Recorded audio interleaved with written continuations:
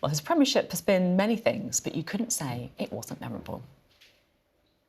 This morning I went to Buckingham Palace and I am forming a new government. Tonight, we are leaving the European Union. For many people, this is an astonishing moment of hope.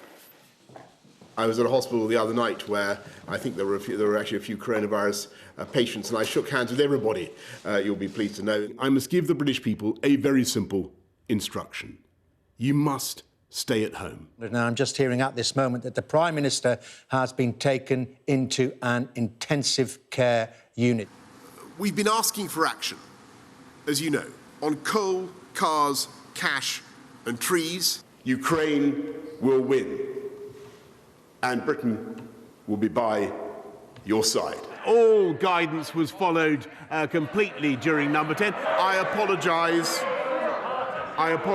unreservedly for the offence that it has caused up and down the country. We're just hearing that Sajid Javid has resigned. I think Rishi Sunak has just resigned. As we've seen at Westminster, the herd instinct is powerful. When the herd moves, it moves. I want to thank everybody here and hasta la vista, baby. Thank you.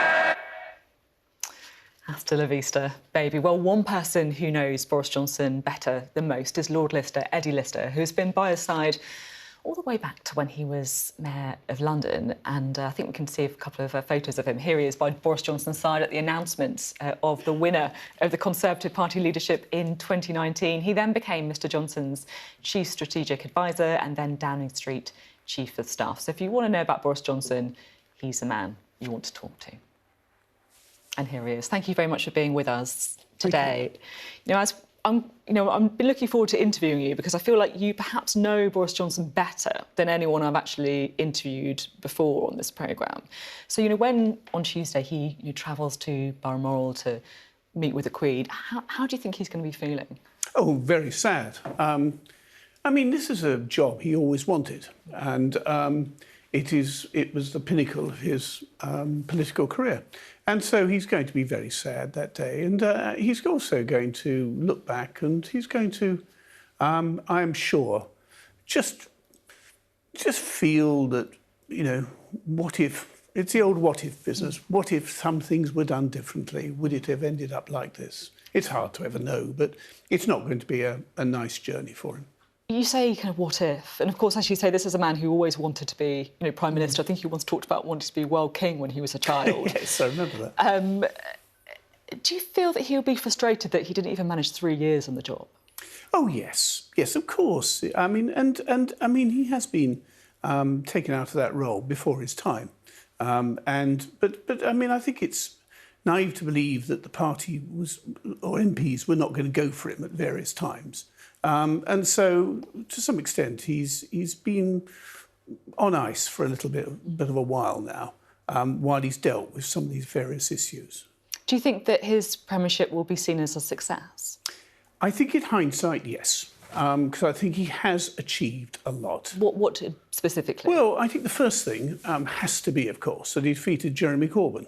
And Jeremy Corbyn could have brought in, and he was a very strong candidate, and could have brought in a Labour government, a very left-wing Labour government. But so that's a campaigning success, isn't it? Yes. Like, what as Prime Minister well, has he achieved? Immediately you must move on, I think, to Brexit. Brexit was completed and achieved against enormous opposition in Parliament, enormous opposition within the courts, and it was a very painful process. He completed that.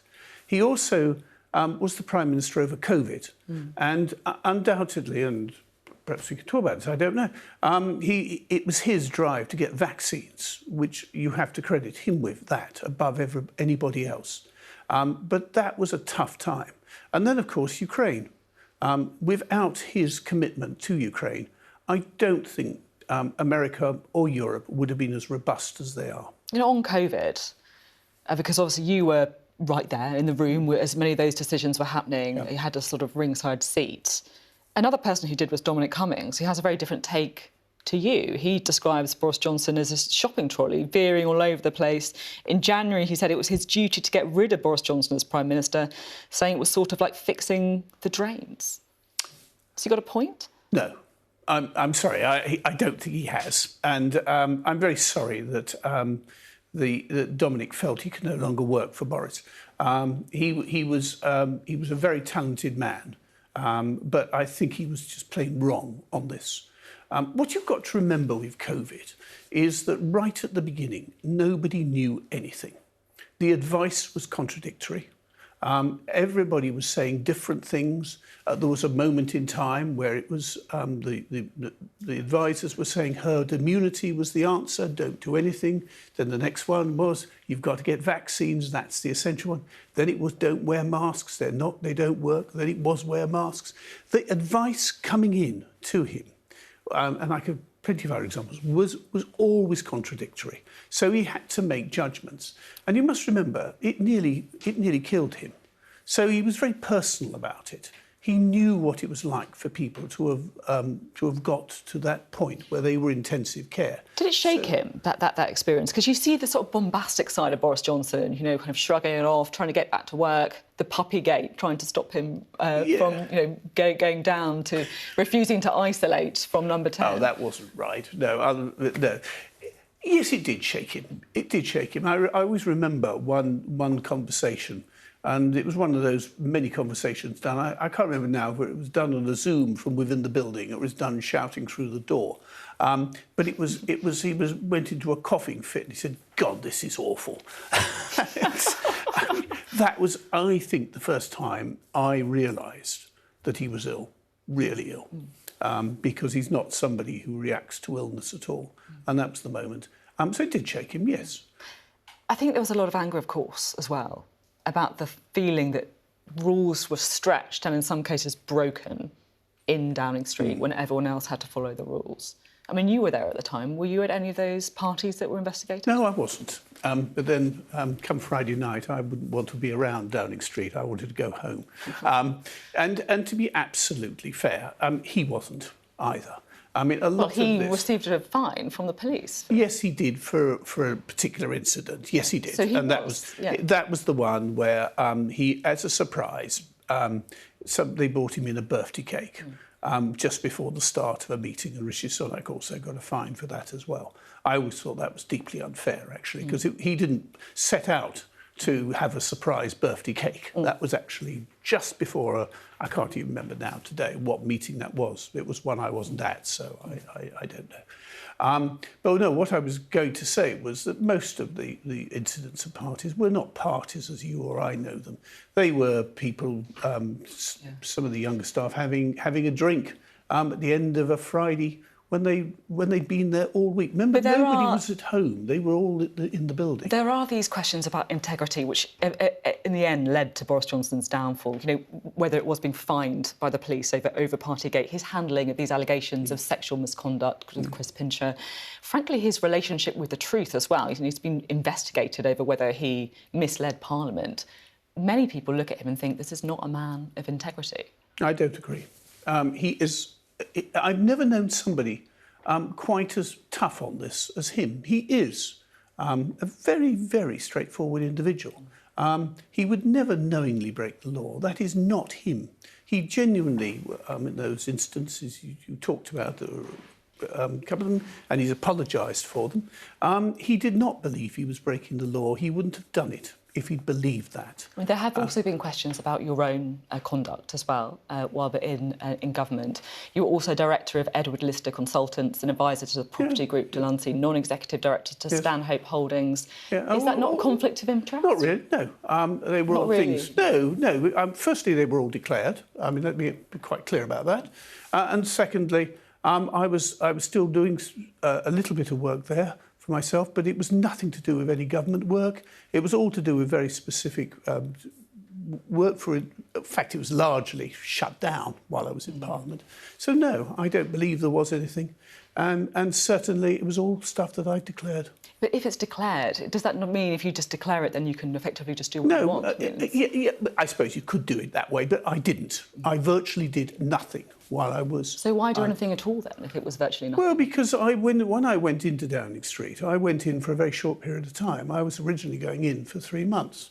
And then that changed to get Brexit done and the general election. And then, just as I was going to leave, COVID struck. So I stayed longer than I ever planned to stay. And that was the reason. In hindsight, I should have completely got rid of those things. But how much didn't. money were you making? Oh, it wasn't much. It was very little. What does that mean? No, I'm not going to go into that. In fact, I'm not awfully sure now. But it was very small. Let's look forward. The new Prime Minister is going to be... We're going to find out who it's going to be tomorrow. Who would you like it to be? I think now, and having watched the debate as it's unfolded, I think Liz Truss, because I am one of those who believe that you can't do what you've always done and get the same result. And so I think we do need to change. And I think the proposals she's putting forward are going to bring about a lot of change. I think they're going to be very hard. It's going to be very difficult. I wouldn't envy anybody entering into Downing Street on Tuesday. It's going to be tough. But I think she's probably the best person for the job. You know, as you say, it is going to be tough. The set of situation that they're going to find themselves in number 10 and number 11 is going to be almost sort of unprecedented in memory. What policy platform would you like her to take forward? I think the important thing is she's got to deal with the big issues. She's got to continue Boris Johnson's legacy over Ukraine and got to stay robust over Ukraine, because I still believe that's the single most dangerous issue that's out there. I know it's not top of everybody's list, but it is the most dangerous one. The second one is, of course, cost of living. And she's putting forward a number of proposals on that. She's talked about tax cuts. She's talked about some targeted help. She's not spelt that out yet, and I'm sure she will be doing that. And she's also talked about a rethink about energy. And I think that's right, because it's not just a short-term problem. There's also a long-term problem here that needs to be dealt with. There are some reports that Conservative MPs and members are experiencing a bit of seller's remorse over Boris Johnson. Well, so they should. Sorry. I mean, I just think I think they did the wrong thing. I think they overreacted. I think they got too much into their Twitter accounts and stopped thinking straight. And I don't think it was a good move. I think he was the best Prime Minister we've had. I think he would continue to be a good Prime Minister. I think he would be very successful in a further general election. However, that's yesterday. That's gone. So has it gone? Do you think you might be tempted? Oh, well, maybe in the future. I'd never say never on anything with Boris Johnson. Anything is possible in the future. But for now, we have a new leader. And as he said yesterday, the party now needs to rally behind, and the MPs need to rally behind the new leader. So never say never. Do you think it may be that he gives Liz Truss a chance, sees what happens, but if, as someone once said, the ball came loose at the back of the scrum? Look, he is an amazing person. He is full of energy. He works extremely hard. He is going to be watching all this, and if something happens in the future, as you said, but the ball comes loose in the scrum, then anything can happen. I'm not going to predict. All I'm saying is I would never write him off. OK, thank you very much. Fascinating to talk. Lord Lister there. Thank you.